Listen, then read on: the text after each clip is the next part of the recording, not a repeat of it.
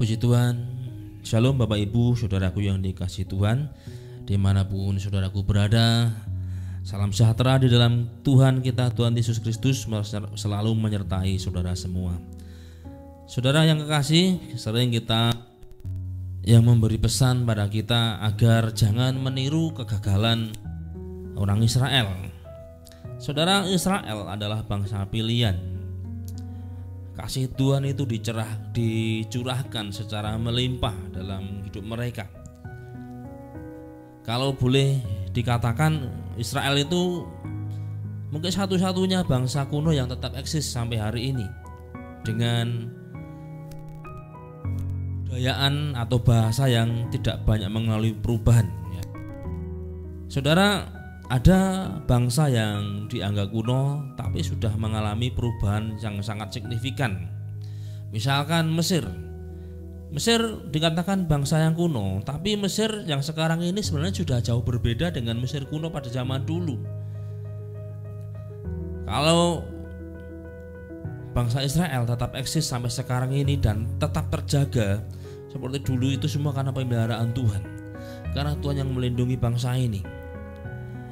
Saudara, Alkitab bahkan menulis Tuhan memelihara dan menjaga Israel itu seperti biji matanya.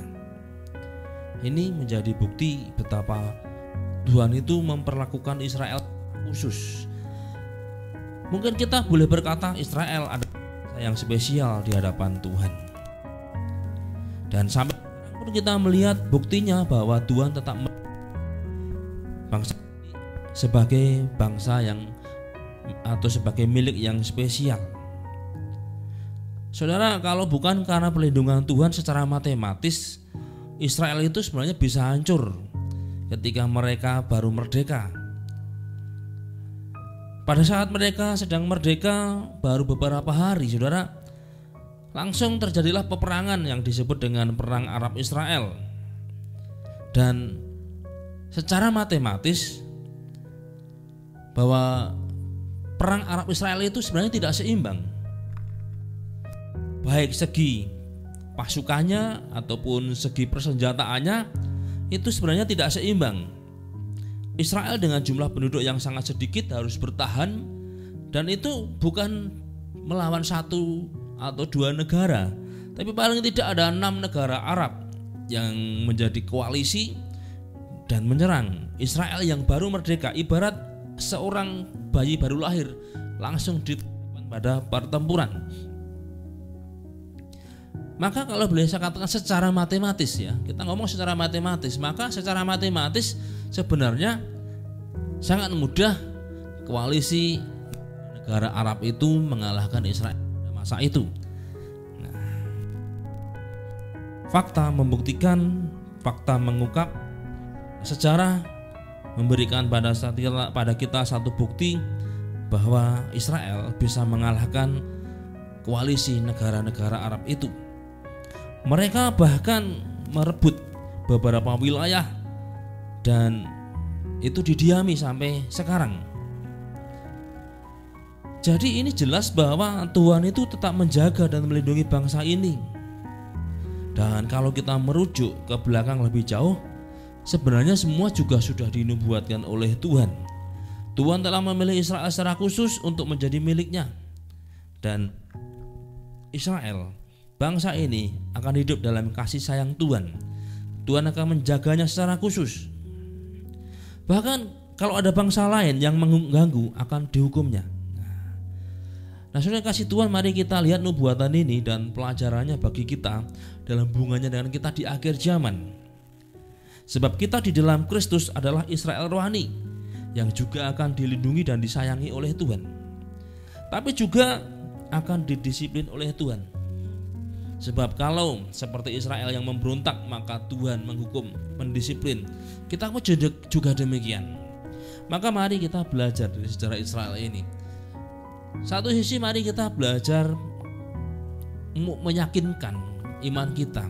Kita sebagai umat Allah Israel rohani ada penyertaan dan pelindungannya. Tapi juga sebagai Israel rohani kita jangan meniru atau mengulangi kegagalan bangsa Israel yang gagal untuk taat pada Tuhan sehingga mereka harus didisiplin oleh Tuhan. Mari kita akan membuka firman Tuhan di dalam kitab Nabi Yeremia pasal yang kedua ayat yang ketiga. Saya akan bacakan dalam versi bahasa Indonesia sehari-hari. Kitab Nabi Yeremia pasal 2 ayat yang ketiga. Firman Tuhan dalam terjemahan bahasa Indonesia sehari-hari saya akan bacakan demikian. Yeremia 2 ayat ketiga. Israel, kau milikku pribadi, buah hatiku yang kusayangi. Aku menimpakan malapetaka kepada semua yang membuat kau menderita. Aku, Tuhan, telah berbicara. Saudara, satu perkataan yang luar biasa yang diungkapkan Tuhan tentang yang namanya Israel di sini. Dikatakan Israel itu milikku pribadi, ya. Israel dikatakan buah hatiku yang kusayangi. Dan tentang Israel maka Tuhan berkata, aku menimpakan malapetaka pada semua yang membuat kau menderita. Saudara, mari kita belajar tentang makna Israel ini sebenarnya. Dan Tuhan berkata bahwa Israel adalah miliknya, buah hati Tuhan yang disayanginya. Kalau kita ngomong yang namanya buah hati, maka sederhananya bahwa buah hati itu adalah sesuatu atau pribadi yang spesial. Kalau itu berbicara tentang seseorang, maka orang itu boleh dikatakan spesial. Buah hati akan selalu diingat. Buah hati itu sering dirindukan dan ingin dekat dengannya. Tapi buah hati juga diperhatikan. Buah hati juga dilindungi. Dan buah hati itu akan mendapat perlakuan khusus. Dalam ayat ini dikatakan bahwa Israel itu buah hatinya Tuhan. Saudara, mari kita memahami makna Israel ini dalam pengertian secara rohani. Kata Israel dalam bahasa Ibrani Yisrael itu sering diartikan sebagai God prevail, atau seringkali diartikan sebagai pemenang yang dari Allah. Tapi God prevail juga punya arti yang bagus, yaitu pelaku-pelaku kehendak Allah. Nah, kalau dua arti ini kita gabungkan, itu akan ada satu makna atau satu kesimpulan yang bagus, bahwa jika hidup kita sebagai pelaku-pelaku kehendak Allah, maka kita akan hidup dalam kemenangan. Selain kasih Tuhan, ada banyak orang ingin hidup dalam kemenangan, menang atas dosa. Tidak salah keinginan seperti itu. Menang atas kelemahan itu baik. Ada juga orang pengen menang dalam pergumulan yang dihadapi, bagus. Ada orang juga pengen menang dalam peperangan rohani. Tapi mari kita pahami bahwa sebenarnya kemenangan itu akan terjadi kalau kita hidup sebagai pelaku-pelaku kehendak Allah. Ketika kita hidup sebagai pelaku kehendak Allah, maka sebenarnya kita sedang berjalan dalam kemenangan. Kalau boleh dikatakan trek kita itu trek kemenangan. Jalur kita adalah jalur kemenangan. Kalau para pengamat mungkin mengatakan di jalur yang tepat. Coba mari kita gambarkan seperti seorang pelari 100 meter. Lari 100 meter seperti lari yang lain, itu pemenangnya adalah yang paling cepat. Kalau lari 800 meter, itu ada 8 pelari. Di 100 meter pertama itu biasanya mereka harus berlari di lintasan masing-masing. Tapi setelah itu mereka boleh mengambil lintasan paling dalam. Tapi tidak demikian dengan lari 100 meter atau lari 200 meter. Dia tidak boleh masuk dalam lintasan pelari yang lain. Lari 100 meter ada 8 pelari, maka dia harus berlari di lintasannya sendiri. Walaupun seorang pelari dia berlari paling cepat, tapi kalau dia pindah ke lintasan akan didiskualifikasi. Dia berlari harus di lintasan sendiri. Dia terdepan di lintasan sendiri, ya, itu jalur kemenangan. Saudara, jalur kemenangan kita adalah ketika kita hidup menjadi pelaku-pelaku kehendak Allah. Kalau kita tidak melakukan kehendak Allah, maka kita tidak akan hidup dalam kemenangan. Kita mudah dikalahkan. Kita tidak akan menang atas dosa, tidak akan menang atas kelemahan. Kita tidak akan menang dalam pergumulan kita, tapi kita akan mudah dikalahkan. Roh jahat akan mudah menaklukkan dan menguasai kita. Akibatnya kita hidup dalam kelemahan. Kenapa? Karena tidak hidup sebagai pelaku-pelaku kehendak Allah. Kalau kita ingin menang, mari hidup dalam jalur kemenangan, yaitu menjadi pelaku kehendak Allah. Saudara, dari pengertian ini kita dapat mengambil satu makna bahwa Israel sejati itu bukan hanya bangsa Yahudi saja yang ada di Timur Tengah. Memang betul, mereka adalah Israel. Tetapi Israel sejati juga adalah setiap orang yang percaya, yang hidup sebagai pelaku-pelaku kehendak Allah. Mereka akan hidup dalam kemenangan. Mereka akan hidup menikmati kemenangan, hidup berkemenangan dalam Kristus. Mari kita akan melihat kata Israel ini secara literal. Israel itu berasal dari dua kata, Sarah dan El atau Elohim. Sarah itu artinya power, kekuatan, atau orang yang mempunyai kekuatan, dan El itu Allah. Kalau diartikan secara literal, maka Israel adalah orang yang diberi kekuatan Allah.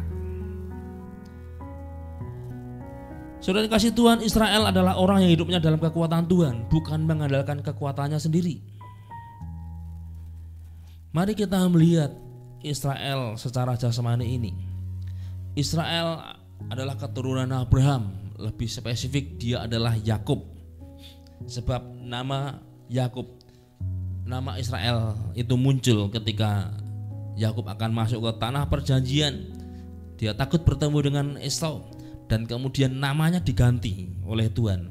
Siapa namamu? Yakub menjawab, namaku Yakub. Dan kemudian Tuhan berkata, mulai hari ini namamu bukan lagi Yakub tapi Israel. Saudara, saat itu Yakub itu dia takut. Yakub itu kecil, Yakub itu lemah. Tapi bersama dengan Tuhan dia kuat. Sama seperti hari ini Israel itu sebenarnya bangsa yang kecil, saudara. Tapi walaupun demikian dia diberi kuasa dan otoritas sehingga kuat.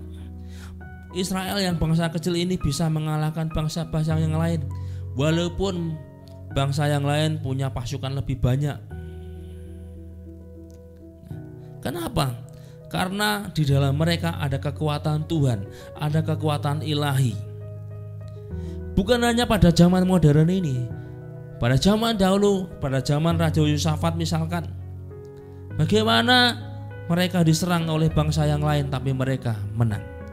Kenapa? Karena ada kekuatan ilahi. Kita juga demikian, kita di dalam Kristus kita menjadi Israel, yaitu diberi kekuatan Tuhan. Di dalam Kristus kita boleh hidup dalam kekuatan Allah. Mereka yang hidup di dalam Kristus akan hidup dalam kekuatan ilahi. Itulah Israel yang sesungguhnya, bukan hanya bangsa Yahudi yang ada di Timur Tengah, tapi mereka adalah orang-orang yang di dalam Kristus, yang hidup, yang mengandalkan kekuatan Allah. Itulah Israel. Bukan hidup mengandalkan kekuatan sendiri. Alkitab bahkan mengatakan terkutuklah orang yang mengandalkan kekuatannya sendiri. Mari kita sebagai Israel kita menyadari bahwa Israel adalah orang-orang yang hidup dalam kekuatan Allah. Dalam segala perkara, dalam segala hal, dalam segala keadaan, kita mari tunjukkan kita adalah Israel rohani, yaitu orang yang hidup dalam kekuatan Allah dan mengandalkan kekuatan Allah. Saudara yang kasih Tuhan, dalam bahasa Yunani Israel itu diterjemahkan dengan kata atau kalimat He shall be a prince of God. Dia akan menjadi pangeran Allah. Pangeran itu anak raja. Walaupun dia masih kecil, seorang pangeran, dia juga punya otoritas. Dia punya kuasa dari bapaknya. Nah, kita adalah Israel. Artinya kita adalah pangeran Allah. Kita adalah orang yang hidup dalam kuasa dan otoritas ilahi. Itulah Israel. Yohanes mempertegas hal ini di dalam Injil Yohanes pasal 1 ayat yang ke-12. Saya bacakan dalam versi terjemahan sederhana Indonesia. Yohanes 1 ayat 12 versi terjemahan sederhana Indonesia mengatakan demikian. Tetapi kepada setiap orang yang menerimanya, Dia, yaitu Tuhan, memberikan hak untuk menjadi anak-anak Allah. Yang dimaksud dengan mereka menerima Dia adalah mereka percaya kepadanya. Orang yang percaya kepada Kristus, maka dikatakan di sini diberi hak untuk menjadi anak-anak Allah. Saudara, sama seperti anak seorang pemimpin, maka dia punya hak dan otoritas dari bapaknya. Dia bisa memerintahkan seorang yang lebih besar dari dia, yang lebih dewasa dari dia, dan orang itu bisa menurut. Misalkan, saudara, di negara kita ada yang namanya pasukan pengawal presiden. Dia bukan hanya mengawal presiden, tapi juga keluarganya. Nah, kalau ada salah satu keluarga presiden sedang bepergian, maka pas pampres itu akan selalu ikut, walaupun dengan tidak pakai pakaian militer, tapi mereka sebenarnya mengawal keluarga presiden, termasuk cucunya. Nah, kita tahu cucu bapak presiden kita itu masih kecil, tapi kalau misalkan di satu tempat misalkan sedang bermain, namanya Jan Etes, misalkan dia minta salah satu pengawal pasukan ini untuk melakukan sesuatu, minta tolong, pasti akan dituruti. Kenapa? Karena dia punya otoritas. Otoritas dari siapa? Karena bukan bapaknya, dari eyangnya. Kalau saudara pemimpin dunia yang tidak kekal, dia punya otoritas dan otoritas itu bisa sampai kepada anak cucunya, maka kita yang adalah anak Allah yang kekal, ada otoritas ilahi dalam hidup kita. Kenapa? Karena kita adalah anaknya. Itulah Israel, yaitu orang yang hidup dalam kuasa dan otoritas ilahi, orang yang diberi kuasa dan otoritas Tuhan. Itulah Israel. Jadi bukan hanya satu bangsa yang merupakan keturunan Yakub di Timur Tengah, tapi Israel yang sesungguhnya adalah mereka yang menerima Yesus sebagai Tuhan dan Juru Selamat, diberi otoritas sehingga hidup berkemenangan. Israel yang sesungguhnya adalah mereka yang diberi kekuatan Allah, hidup dalam kekuatan Allah, yaitu mereka yang hidup sebagai pelaku-pelaku kehendak Allah. Dan pada akhirnya Israel yang sejati, yaitu orang-orang percaya dalam Kristus, akan hidup dalam kemenangan sebagaimana Kristus menang. Nah, mari kita tunjukkan bahwa kita adalah Israel sejati. Kita di dalam Kristus karena kita menerima Yesus Tuhan dan sebagai Tuhan dan Juru Selamat kita. Kita hidup dalam otoritas dan kuasanya. Dalam otoritas dan kuasa itu kita menjadi pelaku-pelaku kehendaknya, dan ada kekuatan ilahi sehingga kita hidup dalam berkemenangan. Di zaman akhir ini, di mana keadaan orang mengatakan susah dan Alkitab memang mengatakan demikian, mari kita hidup sebagai Israel rohani, sebagai Israel sejati, yaitu pelaku-pelaku kehendak Allah. Ketika banyak orang sedang mengalami tekanan, ketakutan, mari kita tampil sebagai menjadi pelaku kehendak Allah dengan memberi kekuatan, semangat dan penghiburan. Terima kasih Tuhan. Soal sekolah tatap muka itu pro kontra juga. Tapi juga faktanya memang peningkatan kasus COVID terjadi di kalangan anak-anak, dan itu juga cukup signifikan. Banyak orang kemudian takut bagaimana nanti. Ditambah lagi pemerintah juga mengatakan waspadai gelombang ketiga di akhir tahun. Saudara, mungkin orang sudah trauma dengan keadaan gelombang yang kedua kemarin. Di salah satu televisi swasta dikatakan bahwa dampak dari COVID-19 itu di salah satu provinsi itu terjadi peningkatan jumlah janda 2 juta orang lebih. Baik yang meninggal karena COVID ataupun yang karena ketekanan ekonomi kemudian minta cerai, tapi sebagian besar itu karena COVID. Sehingga jumlah anak yatim itu meningkat. Saudara, mungkin itu sudah menjadi trauma. Tapi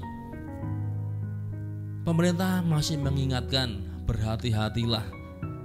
Walaupun sekarang sudah melandai, waspadai kemungkinan kalau terjadi gelombang yang ketiga di akhir tahun. Ditambah lagi dengan berita ada varian yang baru. Varian Delta saja sudah mengerikan, ini varian yang baru MU. Ada lagi yang mengatakan varian ini lebih ganas daripada Delta. Katanya orang yang divaksin pun dengan vaksin baik Moderna ataupun Astra itu tetap tembus. Akhirnya apa? Orang jadi ketakutan. Orang jadi bingung, khawatir. Nah, mari kita menjadi Israel. Apa? Pelaku kehendak Allah. Kita bangkit menjadi terang. Sebagaimana Tuhan memilih Israel menjadi wakilnya memberitakan terang itu, mari kita tampil sebagai pelaku kehendak Allah, memberi semangat, memberikan kekuatan, memberikan pengharapan. Di dalam Yesus Kristus Tuhan ada pengharapan ketika mereka punya iman. Mari kita tunjukkan kita sebagai Israel rohani, hidup menjadi pelaku kehendak Allah. Nah, itu jalur kemenangan. Itu jalur kita boleh menang atas kelemahan, menang atas dosa, menang atas pergumulan. Kebenaran yang kedua dikatakan dari ayat tadi adalah bahwa Israel itu dimiliki oleh Tuhan. Saudara yang kasih Tuhan, Nabi Yeremia menulis bahwa Israel itu milik Tuhan, kudus bagi Tuhan. Dalam versi Alkitab yang terbuka ditulis bahwa Israel itu kudus sebagai buah panenan yang pertama. Lembaga Alkitab Indonesia menerjemahkan ayat ini dengan kudus sebagai buah bungaran. Mari kita pahami maksud Tuhan di sini, sehingga Israel yang dikatakan di sini kudus dan disayangi sebagai milik Tuhan. Apa maknanya? Saudara, dalam terjemahan aslinya ditulis bahwa Israel itu kudus bagi Tuhan.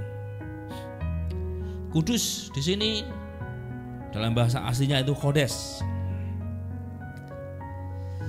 Nah, kodes atau kadas atau kados itu mempunyai beberapa arti, tapi secara umum memang disebut atau dikatakan kudus.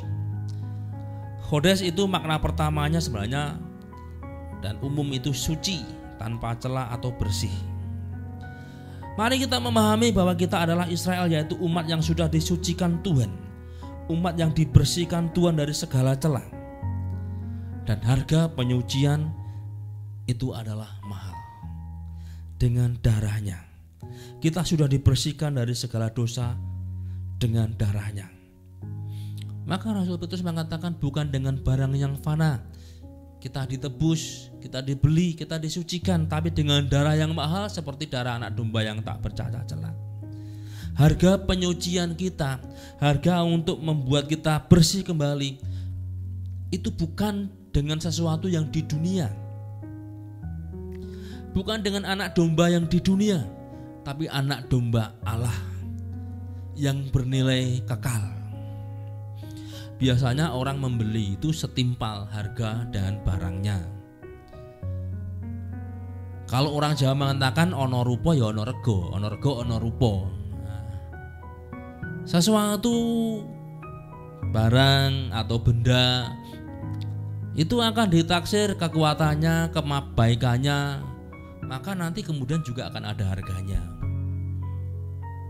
Satu barang yang bentuknya sama sekalipun, tapi kalau kualitasnya berbeda, harganya juga akan lebih murah. Sama-sama handphone misalkan, saudara, handphone itu bervariasi bentuknya, bervariasi macamnya, banyak produknya, tapi ono rupa ono rego juga. Kita tidak bisa menginginkan satu handphone yang bernilai atau kualitas tinggi dengan harga yang murah. Kalau toh ada orang yang menjual dengan harga yang murah, bisa dicurigai, jangan-jangan itu barang curian. Di swalayan seringkali terjadi bagaimana orang mencuri. Di video ada satu komplotan apa? Ibu-ibu 6 orang. Mereka ke mall, ke tempat yang berdesak-desakan. Biasanya ada 2 orang akan mengapit wanita-wanita sosialita. Mereka seolah-olah sedang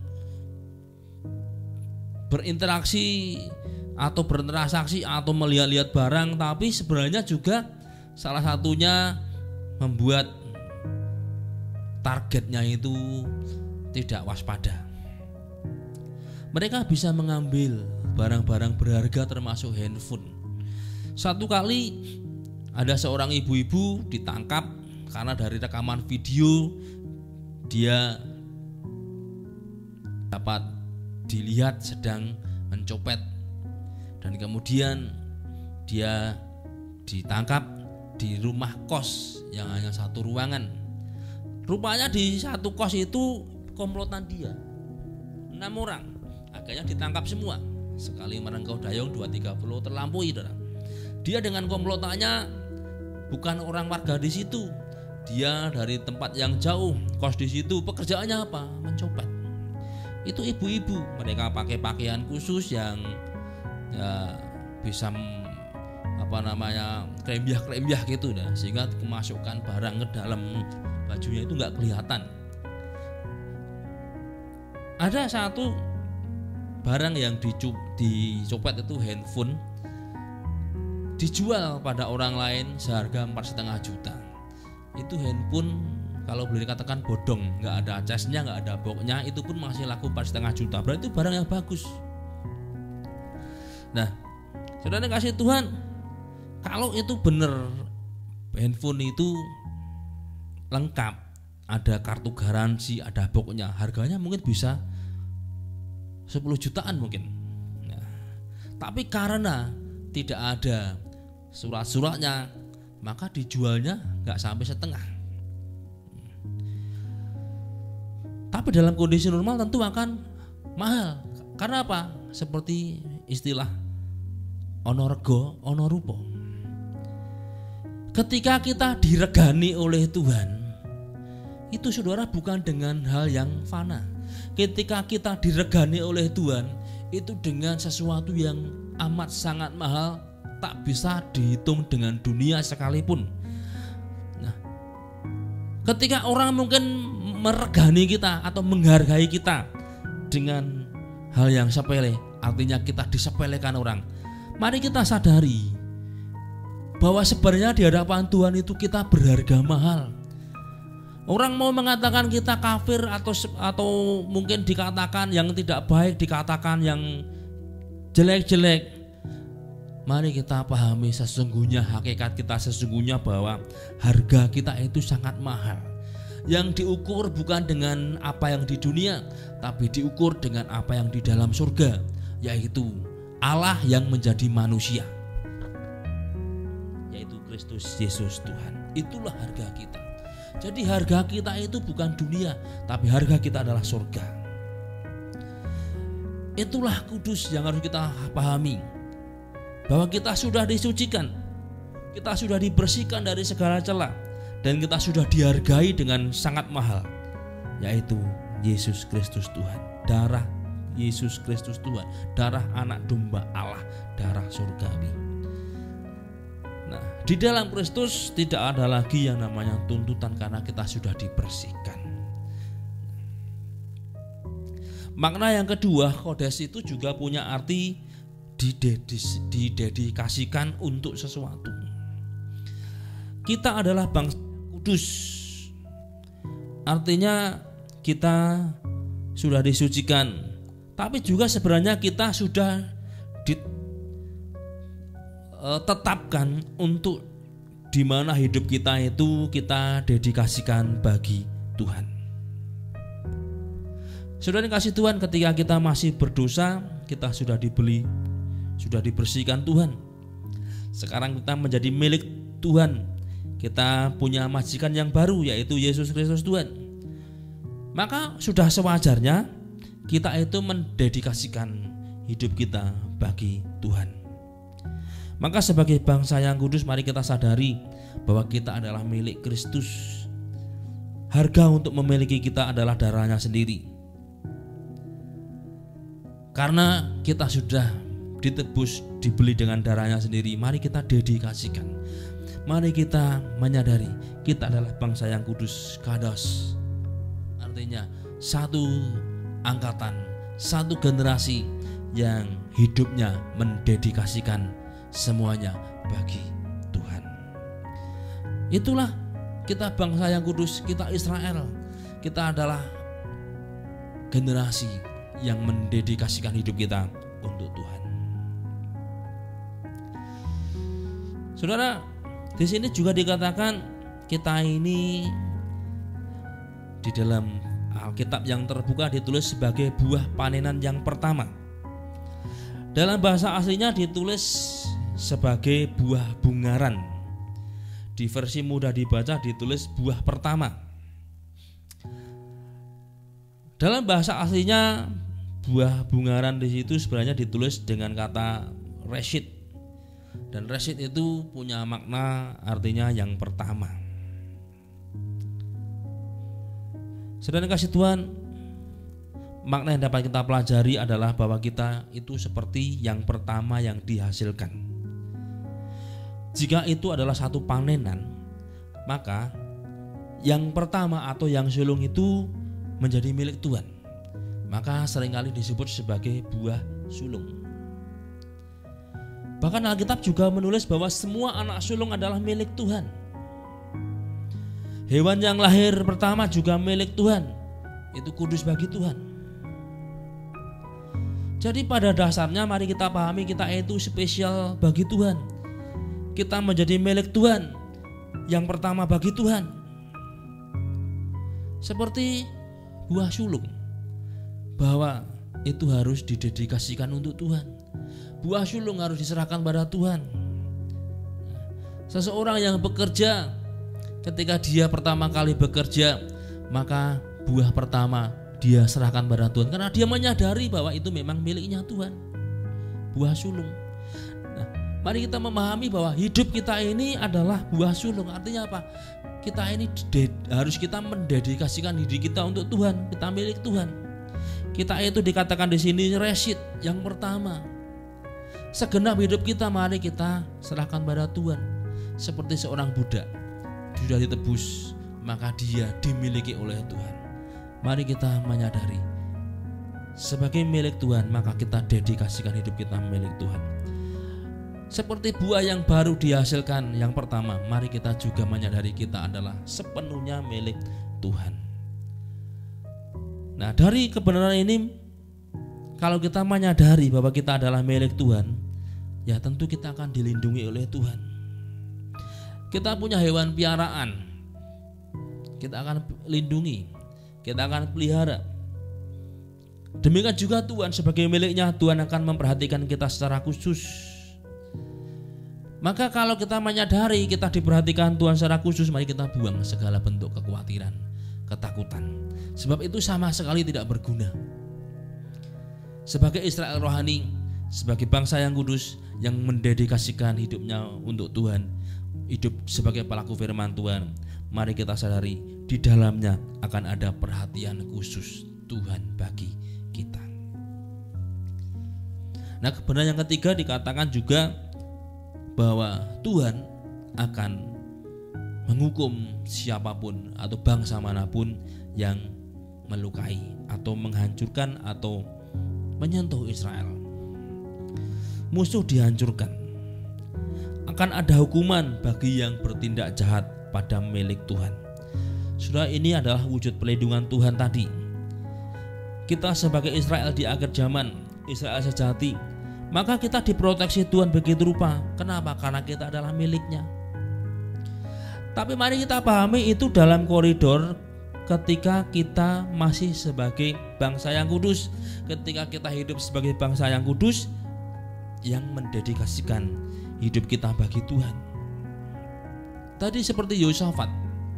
Yosafat itu milik Tuhan. Bangsa Yehuda milik Tuhan. Ketika ada orang Amon, orang Moab, dan orang-orang Meunim atau orang pegunungan Seir yang adalah sebenarnya juga keturunan Esau, itu datang menyerang Yehuda. Maka Yosafat dia menjadi takut, tapi dia kemudian berseru kepada Tuhan. Tuhan mengerti, ya udahlah miliknya. Daud adalah orang yang berkenan kepadanya, maka Tuhan melindungi. Saudara, secara matematis akan sangat mudah tiga bangsa ini untuk mengalahkan kerajaan Yehuda. Dengan persenjataan yang lebih baik, orang Meunim itu mereka pandai berperang karena keadaan atau kehidupan mereka di pegunungan-pegunungan yang terjal, yang sempit. Mereka pandai berperang. Orang Amon, orang Moab itu juga tukang perang. Maka menghadapi Yehuda, bangsa yang kecil, itu sebenarnya secara matematis mudah sekali. Tapi kita tidak berbicara secara matematis, kita berbicara secara rohani, bahwa Tuhan itu memproteksi miliknya, dan orang atau bangsa yang menyentuh miliknya, yang jahat kepada miliknya, maka Tuhan akan menghukum. Dan kita tahu tiga bangsa itu dihukum oleh Tuhan, mereka saling membunuh sendiri-sendiri. Ketika mereka mengancam milik Tuhan, maka mereka hancur. Mari kita menyadari, sebagai milik Tuhan kita diproteksi begitu rupa ketika kita hidup selaras sebagai Israel yang benar. Maka sudah kasih Tuhan, berkaca dari bangsa Israel, mari kita hidup, jangan sampai mengulang kegagalan Israel. Mereka sudah gagal, mereka didisiplin oleh Tuhan, dan kalau sampai hari ini tetap eksis, itu semua karena kasih karunia Tuhan, karena perjanjian Tuhan. Tapi alangkah baiknya kita hidup dalam penurutan, kita hidup dalam ketaatan, hidup menjadi pelaku-pelaku kehendak Allah, hidup sebagai Israel yang benar, Israel yang sejati. Maka perlindungan, berkat, pertolongan, kemenangan akan ada dalam hidup kita. Nah, puji Tuhan bila firman Tuhan jadi berkat dan kekuatan kita semua. Tuhan Yesus memberkati.